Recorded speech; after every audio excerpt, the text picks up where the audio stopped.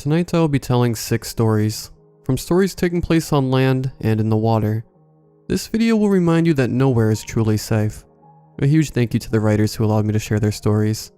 They are the ones that make these videos possible, and there are links to where you can find more of their work in the description.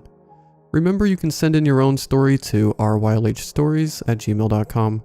If you enjoy the video, likes and comments are always appreciated. Let's see if we can reach 1,000 likes. I feel like we can do it. Subscribing if you're new is also very much appreciated. Enjoy the video, and as always, I hope you all have a great night.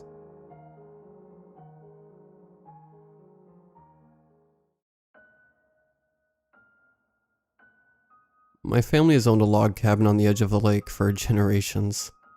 Well, I shouldn't say they own the cabin, since the actual building has been torn down and rebuilt from scratch several times since the original owners built it, well over a century ago. No, my family has owned a large, beautiful plot of land in one of the only clearings around the lake, would be a more apt way to put it. The current iteration of the family cabin was built from the ground up in the 80s by my father, who left it vacant for quite a while, after its completion for reasons I never actually learned. When he started the moving process into the rather small building, about 15 years after I'd moved out on my own, and about 3 decades after he'd actually built it, he told me that he had no reason to stay in his current house, seeing as I was long gone, and my mother had passed away several months before. He said he could manage the move by himself, and that I shouldn't worry about him.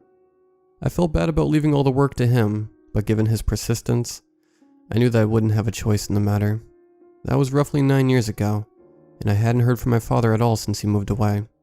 I won't delve into specific details about my life, so as to keep as anonymous as possible, but I'll tell you what I can about my family and myself. At the time of writing this, I'm in my 40s, with 2 children, both of which live on their own. One in a dorm and one in an apartment with his girlfriend. Earlier this year I lost my wife when she was on her way home from work, after hitting a patch of black ice and going off the road into a tree. The first paramedics to arrive told me that she died on impact, the only solace I'd been able to receive for the whole event. After the funeral, my sons and I became more distant, and I haven't heard a word from them in over 5 months. I can hardly blame them. They loved her very much, and are still more than likely recovering. I was living alone in our house for about a month after the accident, still struggling to cope with our loss, when I received a letter telling me that my father had also passed away a few weeks before, and that he'd left me several things in his will. The 2 standout items had been a sum of money that I could easily live comfortable on for the rest of my life, and never have to work again, and a deed to the land on the edge of the lake. Not having any reason to do otherwise, I decided to pack what few things I thought I would need, and within a week, I was on my way to my new cabin. When I first arrived, I wasn't sure what to make of the location. A small cabin, comprised of a kitchen, master bedroom, living room, and bathroom that was only accessible through a 10-minute drive from a dirt path, didn't seem all that appealing, and had me considering turning around and heading home almost immediately. However, despite my initial feelings, I decided to give it a shot, and at least spend a night there to give the place a fair chance. After settling in, I decided to cook up a single meal, with some groceries I'd picked up on the way, grabbed a book from the rather generously stocked bookshelf, and sat in an old recliner by a window with a perfect view of the lake. Time flew by, and before I knew it, I looked at the wall-mounted clock, only to find it was 11 at night. Surprised, I placed a bookmarker between the 2 pages I'd left on, set the book on the nearby table, and went to bed for the night. The sound of nature at night proved to be a fantastic lullaby, and I ended up having the best night's sleep I've ever had, officially sold on the idea of calling this place my home when I woke up the following morning. The next month or so went by peacefully. I spent most of my time either reading or fishing down at the handmade dock at the edge of the property, while deviating every now and again for a canoe ride around the lake, or a walk through the woods. I was only just getting used to my new, pleasant life when suddenly things started to happen around the property that I thought were only in my imagination at first. Late at night, when falling asleep to the gentle breeze pushing through the trees, and the sound of crickets that proved to be a lull for me, I began to hear what sounded like faint humming mixed in with the usual nightly sounds. It was faint at first, making me think it was only my mind playing tricks on me, but over the course of several weeks, the sound had become pervasive, becoming louder than simply a quiet instrument on the night's orchestra, but not so loud as to sound like more than a whisper. The hums did not come every night, In fact, there wasn't much consistency when it came to most of the chilling things that I'd experienced in my time there. Shortly after the humming began at night, things started to happen during my daily routines that I couldn't explain. On my occasional trips around the lake in the canoe, I'd look over to the tree line and swear that I saw something that looked like a person. And even though at first I tried calling out to them, only to be met with silence, I assumed it was my mind playing tricks on me for spending most of my time away from civilization, save for the occasional grocery run. On my walks around the woods, I would hear twigs snapping, as well as the crunch of leaves from pretty much anywhere that wasn't in my line of sight. On the venture, I even came across a rabbit that looked like it had snapped its neck, which seemed almost impossible for it to do seeing as it was a small, flat clearing. After the encounter, I stopped my walks through the woods, sticking only to the property and never venturing into the trees. It was around the end of my 3rd month there when I found myself hardly able to tolerate all the strange happenings around the cabin, and thought about leaving it, until the night that put all of the other oddities to shame. I noticed when I went to bed that night that the woods around me were alarmingly quiet. Not a single insect made a noise, no wind blew at all, and the only sound that kept me company was my slow breathing as I attempted to sleep. Right when I was about to nod off, however, I nearly jumped out of my skin when I heard the screen door to the cabin start to be wildly opened and slammed shut, as though someone was trying to tear it off its hinges. Terrified, I still had to figure out what the hell was going on, so I cautiously got out of bed and tiptoed to my bedroom's doorway, with a clear sight on the cabin's door. The blinds on the windows on either side of the door were pulled shut, only allowing the bright moonlight to shine through a crack at the bottom, and the door was still being slammed with brutal force. Despite everything, I couldn't help but thank myself internally for never going over my need to lock my doors at night, even though nobody lived around me anymore. After about 10 minutes of slamming, as quickly as it started, it subsided, leaving me shaken as I stood in silence, anticipating whatever was about to come next. It was only when the humming began again, filling the silent night air, that I felt the need to farther investigate. As I got closer to the door, the humming grew louder. Despite my skin crawling, however, it was far enough away that I felt opening the door was a safe move. Unbolting the door and pulling it open, the first thing that came into sight was the screen door, now bent and hanging from its hinges, the screen shredded. It was only when I looked out over the field surrounding the cabin, illuminated by the nearly blinding light of the full moon, that I saw somebody standing by the docks. The figure not only appeared to be a slender woman, but also looked like the same person I'd seen around the lake on my canoe outings. Pushing past the remnants of my screen door, I stepped into the moon's light and started my cautious approach. With every step, the hum grew louder and more eerie. What was first a soothing sound to fall asleep to, now felt like the soundtrack to my nightmares. When I reached the tree line, only a couple dozen feet from the woman at most, the humming paused as she started to turn towards me. I was terrified at first, expecting to see something out of a horror movie staring back at me, but my dread was replaced with confusion, and the feeling of a knot in the pit of my stomach as her face came into the moon's light. Standing in front of me, roughly 4 months since her funeral, was my wife, looking just as she always had. My heart sank as I watched her pale lips form a smile, only starting to hum again once I'd seen her. I called out to her, only to be met with the same haunting melody, as she began to take slow steps away from me. As she neared the end of the dock, I found the shock wear off just enough for me to burst into a sprint towards her. Before I could reach her though, she fell backwards into the water, but made no sound as she fell in, not even causing so much as a ripple in the otherwise still lake. I knelt down on the edge of the dock, and reached into the water with my hand, calling her name frantically as I searched for her. It wasn't a deep section of water. She would have been able to grab my hand, only when something finally did, it wasn't her. I felt a tremendous grip on my forearm, as something tried to pull me into the water. I anchored myself to the dock on one of the wooden supports as I fought, struggling and enduring a harsh pain to stop myself from falling in. After what felt like an hour of struggling, my arm was freed from the grasp of whatever had lured me to the water, and I wasted no time as I bolted back to the cabin. I didn't look back, even when the humming started again. I slammed the door shut, bolted it before sliding the old recliner in front of it, and ran to the corner of the room where I waited through the rest of the night for sunrise to arrive.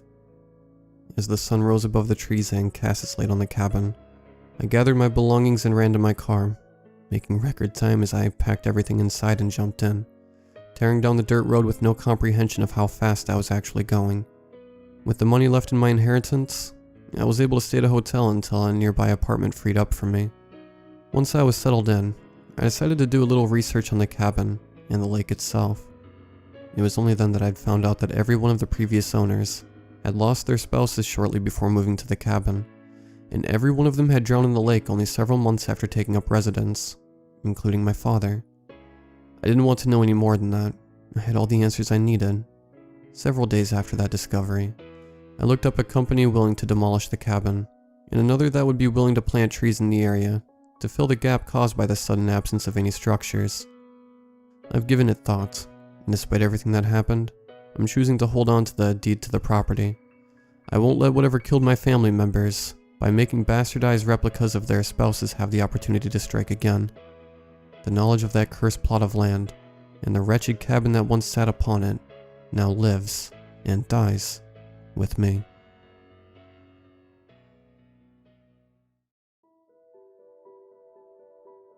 It came from the depths. My grandfather's voice was hoarse and croaky, tainted by years of whiskey, cigarettes, and the cold sea breeze.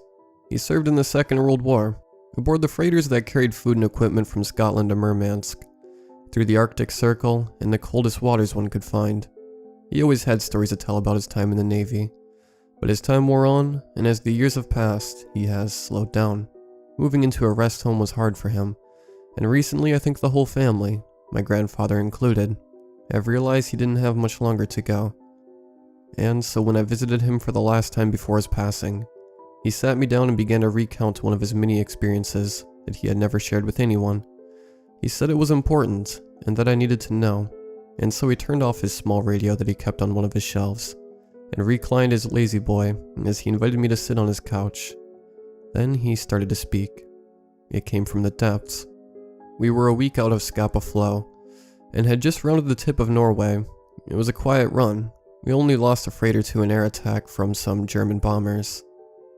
Anyway, it was 7:30, and my buddies and I had just sat down for dinner, when all the lights and all the noise on the ship ceased.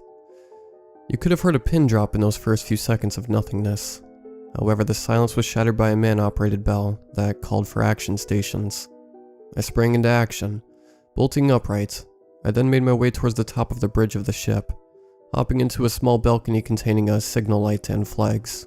Upon orders from one of the officers, I began to signal the other ships traveling with us, saying that we just had lost power and we are stationary. Even when I was flashing my lights, I knew the response wasn't going to be good. We were told that we would have to be left behind, as a stationary ship was a sitting duck for a U-boat. I knew at that point we were screwed. It was a cold December night, and since I had come straight from dinner, I was dressed only in longs, socks, and a fleece. No gloves. It wasn't even a cloudy night. The still ship was bathed in moonlight that illuminated its shape for any patrolling submarine to see. The worst part was the waiting. Everyone was in action stations, looking out for periscopes and the wake of torpedo. I was constantly alert, despite being cold and tired. Fear and a constant flow of adrenaline kept me awake. As the moon made its way from one end of the sky to the other, I became increasingly worried that I would freeze in the cold. What had gone wrong down there? I had thought to myself. Surely an electrical or mechanical fault wouldn't take this long to fix. I thought I would go insane. The constant waiting, watching, and anticipating wore me out mentally. It was right on midnight when it came. The first thing I remember happening was a waterspout climbing hundreds of feet into the air, showering the starboard side and causing large waves to rock the ship. I was thrown to the ground by the sudden burst of water, but quickly made my way back onto my feet after cleaning some seawater out of my eyes. It was then I observed the most horrifying thing I've ever witnessed. A large, twisting tentacle emerged from the water. It seemed to be changing colors as it moved. However, each color was clouded by a dark gray tint. It shot through the bow of the ship. Watching from my position, I saw as it picked sailors up and either threw them into the water or pulled them down and into the sea. Another tentacle emerged, this time coming from the other side of the ship and repeating the same procedure as the first. Each tentacle looked so different, as if they came from different sea monsters, yet at the same time, they seemed perfectly symmetrical, wreaking havoc in the same patterns and movements. But then the body of the thing emerged, and to this day, I cannot find the words to describe it. It was covered in slime. The ever-changing skin of the monster was reflective, yet the reflections that it portrayed were corrupted. Straight lines became swirls, and certain parts of the reflection were enlarged, like someone had held a microscope over them. I saw myself in it, my face in the center of its head, swirling and contorting like someone was stretching my skin. Then its face emerged from the water. Its face was not reflective. In fact, quite the contrast. It was covered in scales and shaped like the face of a giant man, except it possessed a beak in favor of lips. And below said beak was thousands of smaller tentacles that seemed to be feeling around the air. Its eyes, though, they drew me in the same way that a pretty woman's would. They were concave, yet seemingly endless. Beams of light shot through them, and I swear to you I could see, well, everything. The universe, its creation, and the history of both humanity and of this creature. Instantly I knew this. This thing was from somewhere else. Not an alien, but perhaps something higher. A celestial being. As I said, I struggled to find words to describe this thing, but to put it simple, I knew as soon as I looked into its eyes that the creature was infinite. It was present at the universe's creation. It was a god, deity perhaps. I snapped out of my trance by the snapping of the ship. We were going down, back down to the depths. I knew I had to get off and away from the ship, or else I would be sucked down with it, to God knows where. So I jumped. My stomach dropped and the cold winter air rushed past my body as I fell into the icy ocean. Without a life jacket, I battled to keep afloat in the freezing water. I quickly shed my socks and began to swim towards a wooden lifeboat. I managed to hop aboard and huddled with a few of my shipmates that had managed to survive. It must have only been a minute between me abandoning ship and hopping onto the lifeboat.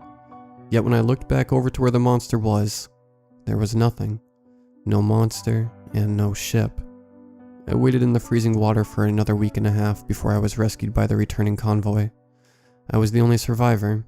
I had put on my dead shipmates' clothes to keep warm, and had fed on curious seabirds that I caught when they landed on the small boat. Luckily, one of the men had brought a canteen full of water with him, and once I had finished it, I was able to collect rainwater with it. No one believed my story when I arrived back home. They assumed I was crazy, and rightfully so. Thus, as I recovered in hospital, I started to tell people that we were torpedoed. It was just easier. You're the first person that I've told since then. As you know, I spent the rest of the war working in the docks, and since then, I have never taken to the sea. Never take to the seas above the Arctic Circle, as it came from the depths, and it will return.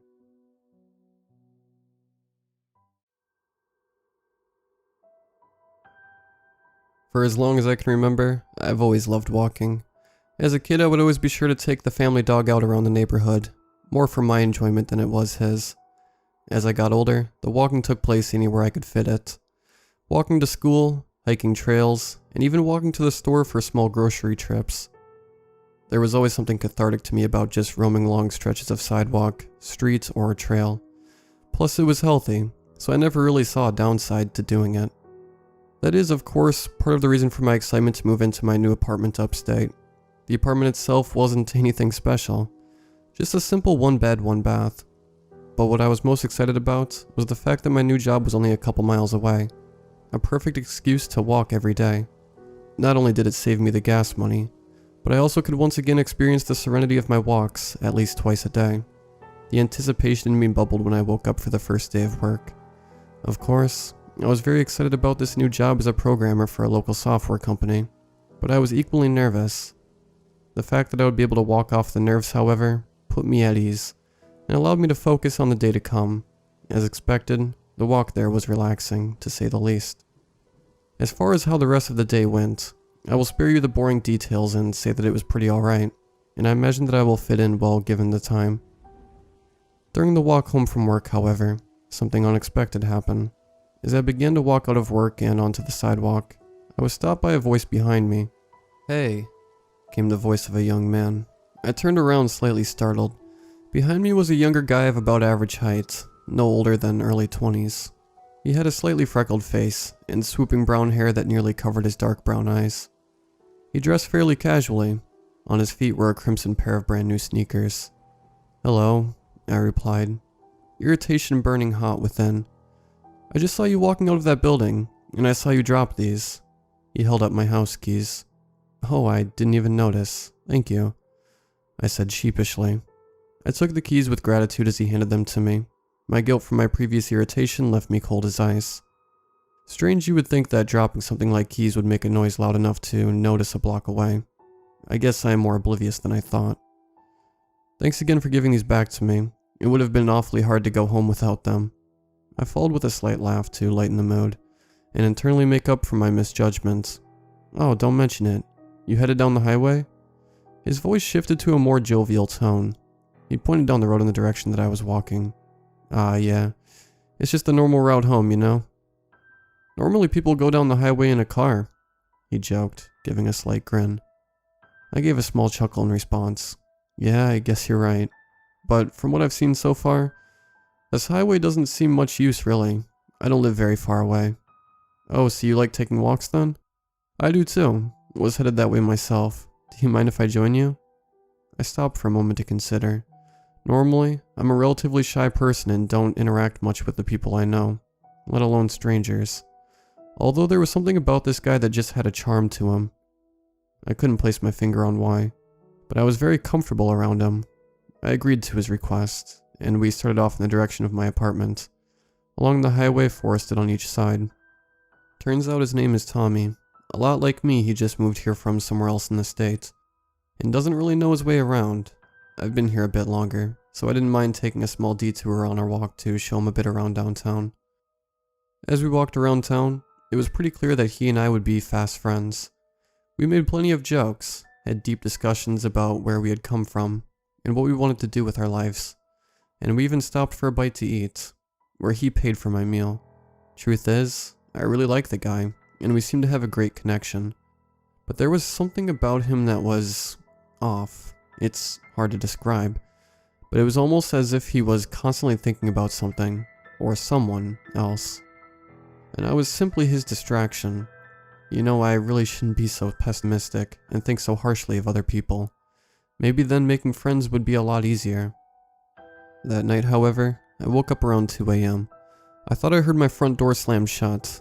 Irritated and in a state of delirium, I checked the time. Then it all suddenly came to me, and fear and shock washed over me. I opened the drawer on my nightstand and took out my pocket knife from inside. I flipped the blade open and walked out of my room. There was no one else in the apartment, not a single soul. The front door, however, was wide open. What seemed like almost a liter of blood was pooled just outside of my door. I felt overwhelmingly nauseous. I dropped the knife and fell backwards onto my couch in shock. After a moment, I picked up the phone and called the police. When the police arrived, I stood with them to give them a statement and explain what was happening. I told them that I had no involvement with the blood outside, and they began investigating and urged me to stay nearby, and they called in a forensic team. About an hour or so before I was supposed to go into work, I called my boss and explained what was going on. Of course, she understood and gave me the day off so I could cooperate with the police. The forensics team had set up shop in my apartment, and I watched them go to work for the next 6 or so hours, occasionally answering one of their questions about the circumstances in which I had found the blood. "Alright," the officer started. "Thank you for your cooperation. Your story seems to match with what we found, and no foul play is suspected, so you are free to go. However, we're going to need to stay here for a day or so to collect samples and clean up, if that's alright." "Of course," I said, eager to get this mess over with. After I got settled into the hotel just down the street from my apartment, I picked up my phone and rang up Tommy. I asked what he was up to, and if he wanted to meet up for dinner. We agreed on a dinner nearby. "That's insane, dude," Tommy said at the end of my retelling of the day's events. We had been in the diner for maybe an hour or so, and now we were sipping on milkshakes and waiting on the check. Yeah, no kidding. What a way to wake up in the morning. "Are you alright?" Tommy had grown pale, and his eyes were fixed on the table. He was obviously deep in thought. "Yeah," he said, correcting his stare. "I'm just worried about you, I guess." "Well, thanks for your concern, but I don't plan on coming face to face with an axe murderer anytime soon," I joked. I will admit, even I didn't fully believe in the sentiment of that joke. The next day was pretty much business as usual, what with my return to work and everything. About halfway through the day, I got the all clear from the police, and they said they would get a hold of me whenever they found any results. Well, I say whenever, but really they said if they found any results. How comforting. That evening, I moved back into my apartment. Sure enough, the blood was gone. I took a deep breath and relaxed a little. I then remembered that with all of this basically behind me, I could resume my walking routine as usual, and my mood brightened a little. I decided to take one after I was finished resettling in to cool off. I stepped outside. The evening air was cool and refreshing. I took a deep breath and began walking.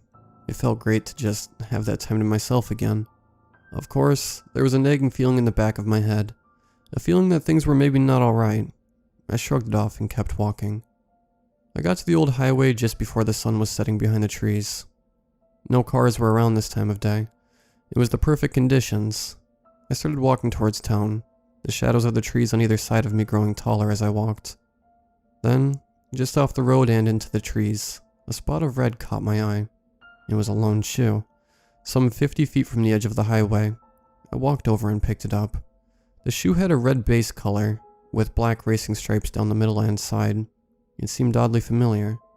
It was Tommy's shoe. What was it doing out here? I looked around the area, and tried to see if I could see him anywhere nearby. I called out his name a couple of times, but I received no response. I picked up my cell phone and gave him a call, but he didn't answer that either. Well, wherever he was, he would probably want this back. I tucked the shoe under my arm and stood up. It was better off with me than in the middle of nowhere. Wait a minute. What just moved? I could see it, at the top of my peripheral vision as I was looking down. Just a quick movement, almost like something bolted between the trees. I looked up and ahead immediately, and caught the sight of a couple leaves floating back down to the ground, kicked up from their resting place on the dark forest ground. I leaned around the tree to my left to get a better sight of what just ran off. It was a deer. I could still see it bounding away. Thank God. The next day was business as usual. Another day at work. You know, I'm starting to like this job, even if it isn't the most exciting thing in the world. When I got out from work, however, I expected to see Tommy waiting for me outside, but instead, I was greeted by empty sidewalk and mild disappointment. I waited a couple of minutes and looked around to see if anyone was coming. Eventually, I gave up looking up and down the sidewalk and began walking off in the direction of my apartment. I picked up the phone and called him as I walked. Of course, there was no answer. I haven't heard from him since our exchange at the diner. Wherever he is, I really hope he's okay. The next day, I emerged from work at the end of the day to find Tommy waiting for me once again. I could immediately tell something was off. He lacked the nervous composure he had when we were talking previously, and instead had the complete opposite. He held a tall stance with his shoulders squared out and his arms crossed. He was dressed head to toe in what looked like a designer business casual outfit. His hair had been groomed and slicked back. Deep black shoes covered his feet, and aviator sunglasses of the same deep shade covered his eyes. Tommy? I called as I carefully approached him from my work building. Yeah, it's been a hot minute since we talked, hasn't it? His voice radiated confidence. There was something about him that was eerily attractive. I don't know why, but I found myself intrigued with how he now presented himself. I found myself drawn to him intensely, unable to break my own attention from him. Yeah, I guess it has. Hey, I found your shoe in the woods the other day when I was out walking, and now I've got it at my house if you want to come with me to get it. Oh, that trash? Do me a favor and throw it, would you? Sure, I guess. What was it doing out there anyway? He shrugged. I should have had a much larger issue with how dismissive he was, but I just didn't care. For whatever reason. He was just too handsome to fight. On the way home, we must have been stopped half a dozen times by people on the street. A group of high school girls gushing and giggling at everything we said. A local food truck offering us free food. Even police officers who were more than willing to neglect the occasional jaywalking.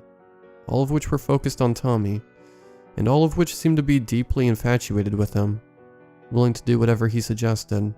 It was almost disturbing how eager everyone was to follow whatever he said. But damn, was he just so convincing. When we finally arrived at my apartment, he bid me goodbye in his newfound way, tipping his sunglasses to reveal his brilliant blue eyes. I just stared, intrigued by him. and waved as he began to walk away, and I started towards my front door. I put my key in the door and turned. Wait a minute. Weren't Tommy's eyes brown? My face and heart rate fell as I was unlocking my front door. I looked over my shoulder to where he was walking. He noticed my change in demeanor and shot me a quick, sickening smile. He continued walking. I didn't sleep at all that night. He was waiting for me the next day outside of work. I just couldn't say no to him when he offered to walk with me again. There was no mention of my little observation yesterday. He suggested that we stop and eat at the same diner we did before. Despite the sick feeling in my stomach, I continued on with him as if nothing had happened. We stepped into the old-fashioned restaurant, which seemed to be empty except for Tommy and myself. We helped ourselves to a booth near a window. A beautiful waitress approached our table. "Hey fellas, what can I get for you today?" Her eyes were fixed on Tommy. "2 chocolate milkshakes, please." He didn't ask me what I wanted. I didn't care. Just as she went to put in the order, a man and his family walked into the restaurant. They were loud. The diner rang with their yelling and laughter. They sat down at a table near the kitchen entrance. After about 15 minutes, the same waitress who waited our table went over to get their drink orders. The man was clearly upset. He began raising his voice at her, and I heard bits and pieces all about how he didn't like how long it took, how she was doing a poor job, how she was ugly anyway. Frustration welled up inside of me as I watched the poor waitress suffer this abuse. The pain and anxious expression on her face saying everything. Tommy only gave a sick smile at this exchange. Eventually the waitress disappeared back into the kitchen, re-emerging moments later with 2 chocolate milkshakes on a tray. She walked up to our table, obviously still anxious. "I'm really sorry these took so long, fellas." She set the drinks down on the table, one at a time. After setting down the second one, Tommy placed his hand on her forearm and looked up at her. Miss, isn't that man over there just the worst? I'm really sorry he did all of that to you. You deserve much better." To this statement, the waitress only looked down and gave a small nod. "Do you know what I think?" Tommy continued, lowering his voice. The waitress fixed her gaze on him, intrigue and anticipation reflecting in her eyes. "I know that the world would be a better place without him, if you know what I mean." My mouth slowly hinged open in shock at the outrageous comment. I wanted to protest, but I just couldn't tell him no. The waitress was now wide-eyed. Gradually, a sick smile started to form on her face. Her eyes began to light up with realization. She gave a second nod, stronger and more enthusiastic than before. She stood up straight, dusted off her uniform with a quick brush, and quickly disappeared into the kitchen. After a few moments, she emerged once more, wielding a large kitchen knife in her right hand. She was on the man in less than a second, his unfortunate choice in tables giving him no time to react. She began savagely plunging the knife into anywhere she could fit it. His neck, arms, chest. As she ripped at him, the man's wife and children screamed and fled the table. Blood spouted from his wounds like a water fountain, painting the white walls of the diner red and pooling on the floor. His screams were muffled by the sound of the blood gurgling in his throat. After half a minute, he stopped moving. The waitress kept slashing for another half minute, kitchen staff now emerging and trying to stop her, but to no avail. I could only watch, petrified by the visceral image. Tommy only had an expression of sick amusement. When she was finally restrained by the kitchen staff, Tommy turned to me. "Let's go," he commanded. We stood up and calmly walked out of the diner into the evening. The kitchen staff barely seemed to notice us leave, as they held down the woman still wildly trying to swing the knife. As we rounded the corner away from the diner, I could still hear the wife calling the authorities, sobbing and cursing herself for her cowardice. Tommy seemed pleased with himself at what he transpired, joking and laughing about the incident on the entire way home. I was powerless to stand up to him, guilt torturing me from within. That walk home was the longest in my life. When we finally arrived at my apartment, he bid me good night once more, a sinister tone dominating his voice. I don't know how, but I continued on, into my house, locking the door behind me. I turned on the television and turned to the news. Apparently, the woman's attack was ruled as a spontaneous break of sanity. Apparently, the diner did not have a functional security system to show what had happened inside. Apparently, this was all calculated. That sick bastard. I didn't know what I could do. What could I do? Report him to the police? If he could compel officers to ignore petty crimes, and even drive some people to murder with a single sentence. How did I know that he wouldn't convince his way out of this and turn his rage on me? Whoever he was, he knew I was trapped and helpless. He wanted me to witness these things, to understand what he was and what he could do. The next day I called into work. I let my boss know that I probably wouldn't be returning to work due to personal reasons. Before she could protest, I hung up the phone. I took a walk, the morning air refreshing me. I deviated from my normal route, instead this time deciding to hike a trail that went through the woods next to the highway. As I went through the dirt trails, I went deeper into thought. I tried to think of everything I could to come up with a plan, with a way to get out of this. Who was he? What did he want from me? I looked down at the ground. I didn't notice that I had left the trail. I turned around completely and scanned the ground around me. The trail was nowhere to be found. I seemed to stray from it long ago. Then, out of the corner of my eye, I saw a glint of red. I slowly turned my head until I could get a clear look. It was a crimson shoe, attached to a rotting, severed leg. I turned and ran as fast as I could in the direction I came from. I kept sprinting, but I could hear something behind me. I could hear the leaves rustle near me, closing in on me. I could hear wood splintering from the trees near me as something sprung off of them. Heavy, animalistic breathing getting ever closer to me. I didn't dare look back. I just kept running as fast as I could. Suddenly, I spotted the dirt path ahead and felt a slight relief. I stormed onto the path as fast as I could, accidentally slamming into a startled couple and knocking one of them to the ground. As I continued to run past, I heard one of them scream. Noticing the thing I was running from, I couldn't stop. I had to keep running. I stopped hearing noises from behind me. The signs of pursuit were disappearing. I kept running. That night, another news report. A couple had gone missing on a popular hiking trail. Only blood was found at the scene. Guilt consumed me. I knew that I was the reason those people were likely dead. I resolved then that I couldn't leave my apartment, except for a lone exception. I drove out to the local sporting goods store and purchased a firearm with some ammunition. Afterwards, I went to the grocery store and picked up enough food and water for months. I returned to my apartment. A few days later, I got a knock at the door. I looked through the peephole of my front door. It was my former boss. I opened the door and let her inside. She had been worried about me since I had called in, and managed to find my address to see if I was okay. While I appreciated her concern, the part about finding me worried me. I could tell that there was something on her mind. Still, she was here, away from the influence of Tommy, and I invited her to stay for dinner. She offered to help me cook, which I accepted.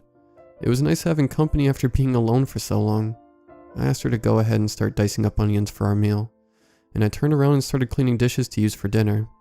Then a sharp, sudden pain exploded in my shoulder. The knife I had just given her was sticking out of my arm, blood pouring from the wound. My guest's hand was still on the handle.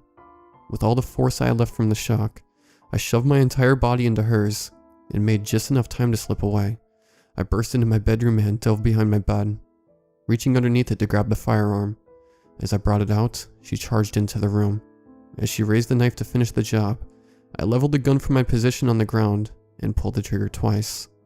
She had a shocked expression on her face. The knife slipped from her grasp, and she fell backwards, collapsing into the door. Shock overtook me, the pain in my shoulder growing more intense as the adrenaline faded away. The realization that I had just killed another person weighed heavy on me, and I felt nauseous. I barely made it to the bathroom before I threw up. Blood continued to pour from the deep wound. It was done. It was no secret to me why she did it. Then I looked outside the window to see Tommy standing outside, clearly amused. A twisted smile formed on its face. I was cornered and I knew it. If I called for help, he would convince them out of it. I could try to fight him, but something tells me it would be suicide. He would turn my own hand against me. I did my best to stop the bleeding in my shoulder, but it was too deep, and I was only mildly successful. I know that with the patch job I did, I'd only bought myself a few hours at most. So here I am. I can feel the corners of my vision growing darker, my head growing lighter. I can hear the laughter from outside. I could really use a walk right now.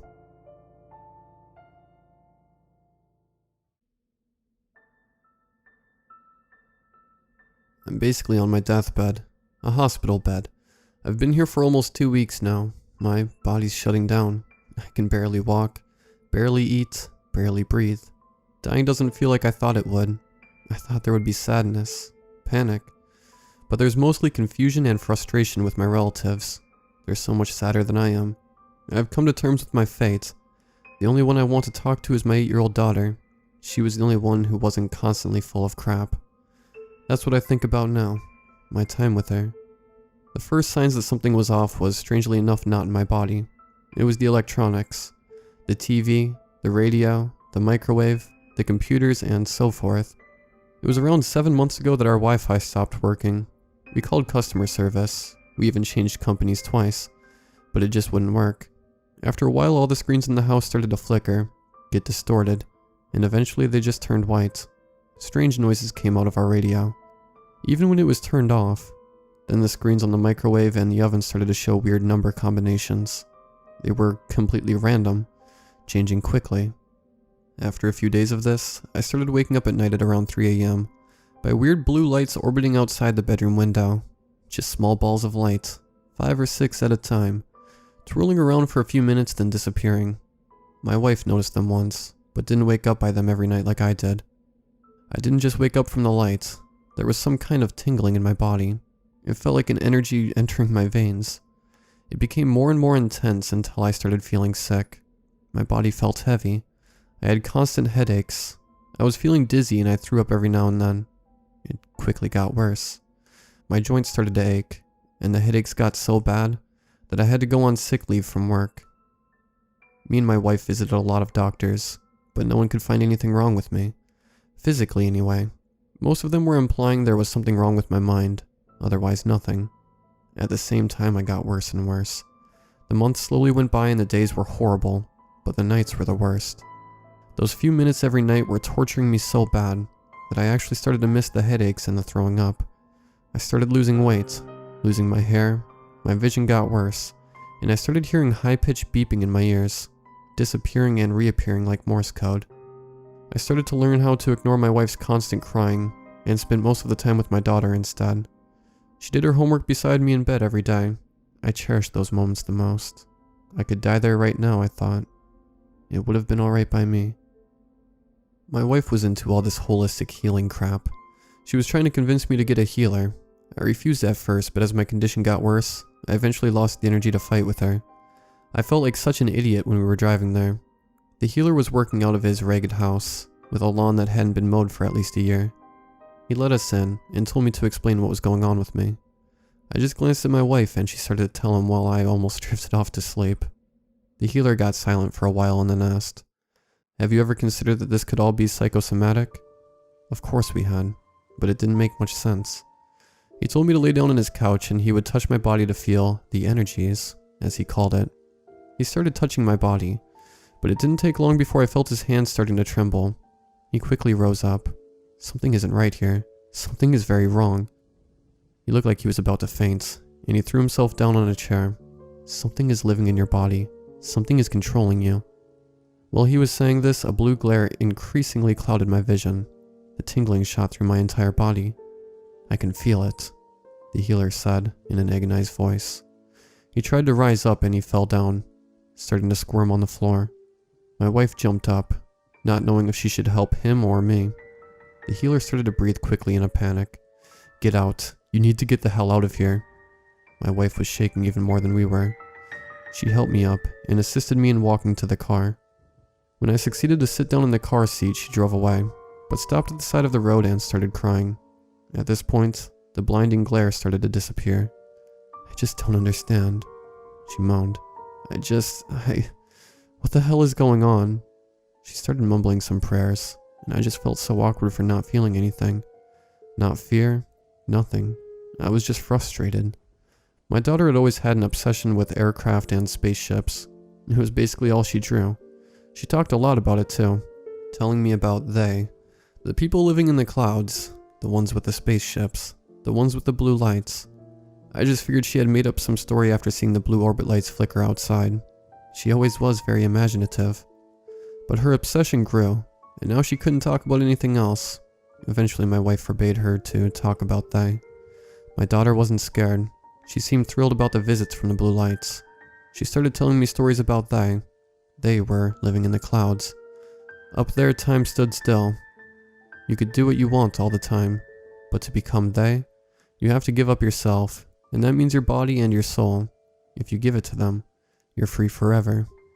I got uneasy by these tales, and the headaches and the beeping seemed to only grow worse as she spoke, as if her voice could control it. The last days before I got hospitalized, I could barely breathe. I felt like I was constantly gasping for air, and my chest was killing me. I just wanted it over with now. I wanted my daughter to stop talking about they for a minute, and sit beside me, holding my hand, and then I could take my last breath and die happily. The day before I got taken to the hospital, my whole body was shaking and contorting all day. My ears were hurting from the increasing sounds of the beeps. By nighttime, my daughter and I fell asleep in my bed, and my wife must have fallen asleep on the couch. At 3 a.m., the blue lights came twirling as usual. We both woke up and looked at them. They actually looked beautiful. My daughter was smiling, and it almost looked like her eyes were filling with tears. After the usual few minutes, all of them except one disappeared. The last one slowly floated in through the window and orbited around the room, and then decreasing just before bursting out into a total illumination of the room. The whole room was filled with the blue light. I was blinded for a while, but when I regained my vision, I saw the shadows of long, slender human shapes on the walls. It looked like they were standing in a circle. They were slowly rocking back and forth. I heard whispers in a language I didn't recognize. I threw myself over my daughter in some futile attempt to protect her. I held her tight and she pressed close. She put her lips right by my ear and said, "They are here, Daddy." Then I woke up in the hospital. A police officer informed me that my house had burned down, and that my wife and daughter were never found. And now I'm lying here, just waiting for answers. I'm lying here wondering if they will take me too, or if I was their vessel.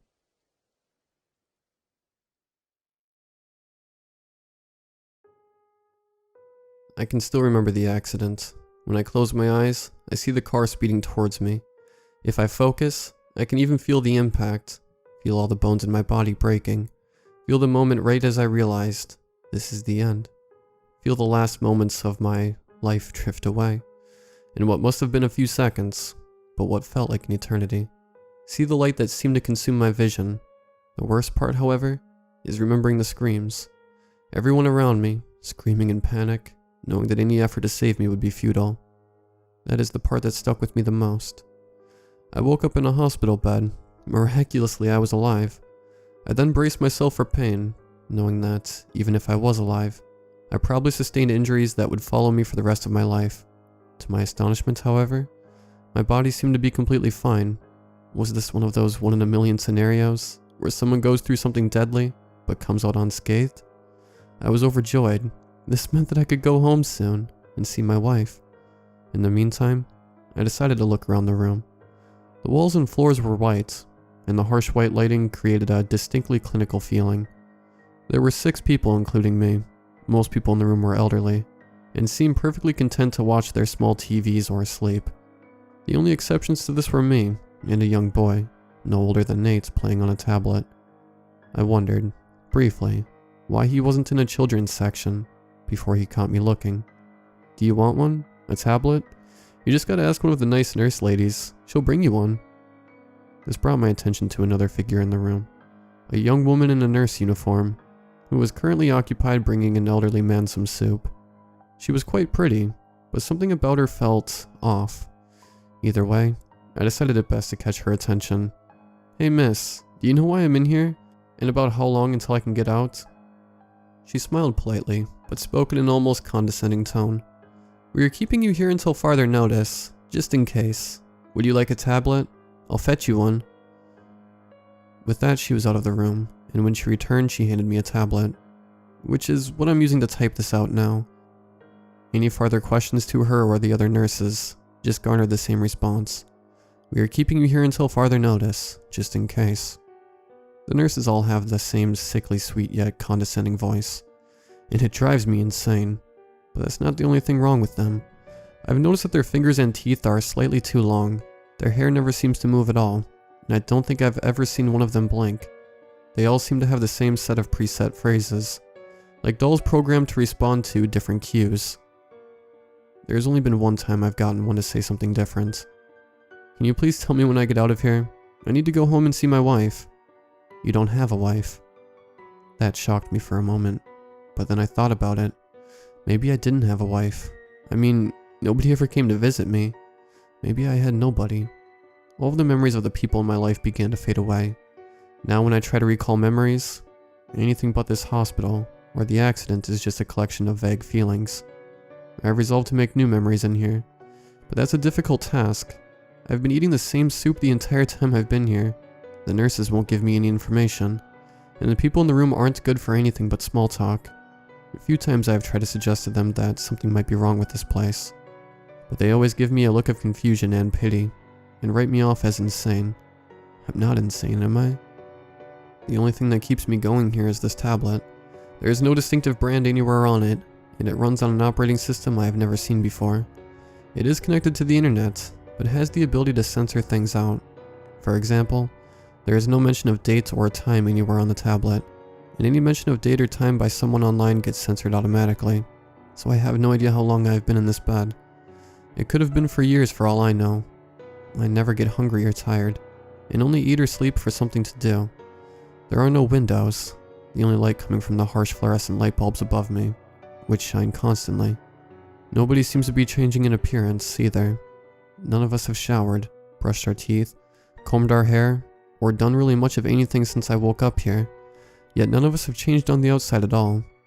Another thing the tablet censors is any mention of death, injury, religion, or the afterlife. I also cannot directly interact with people. I am able to make posts and view them, but any attempt to actually talk to someone causes the whole device to shut off. I find myself missing real human interaction more and more all the time. Still, at the very least, this is more entertaining than watching reruns of some old sitcom on the small television beside me, like some of the other people in the room. As time passed, or didn't pass perhaps, I felt myself growing more and more claustrophobic in here. The feeling of this blanket on top of me, the sound of the TV sitcom, the snores of the people around me. I felt as though I was going mad. I'm writing this today because I couldn't take it anymore. I decided to try to leave. However, as soon as I tried to move myself off the bed, an alarm sounded. Suddenly I was unable to move, and one of the nurses approached and moved me back into my bed with her strange elongated fingers. In her polite smile, I saw her 2 long teeth, a sight that screamed danger despite her calm demeanor. The worst part of her, however, was her eyes. Those cold, unblinking eyes stared me down, and there was a rage in them that told me never to try leaving again. In that moment, there was a sinking feeling in my stomach, and a truth in the back of my head that I didn't want to believe. I'm dead, and I'm the only one here who knows it.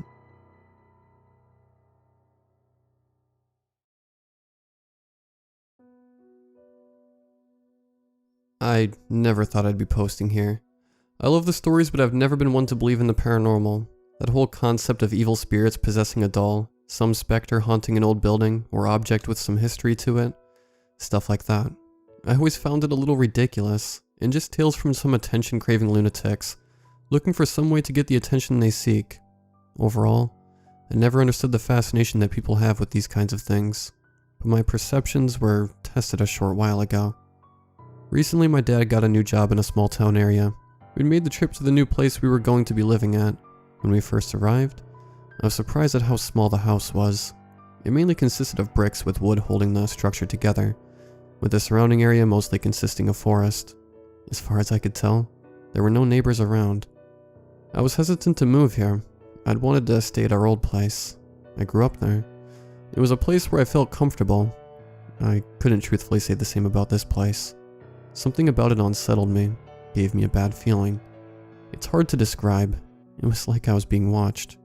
It was eerie, but not entirely unfamiliar. Like being out in public, like watching a sports game and feeling someone staring at you from across the stands, or walking through a shopping center late at night. Only the buzz of streetlights above you, and feeling that someone is following you. It was that feeling, but stronger, more potent. I tried not to dwell on it too much. Instead, I grabbed my belongings from the trunk of our car and began to make my way inside our new home. The interior mainly consisted of rough logs of wood, holding up the overall structure of the house with white walls covering the majority of the house. There were old paintings framed along the living room walls, and even a fireplace sitting in the back end of the living room. I finally found my room after looking around the place. It was a lot smaller than I thought.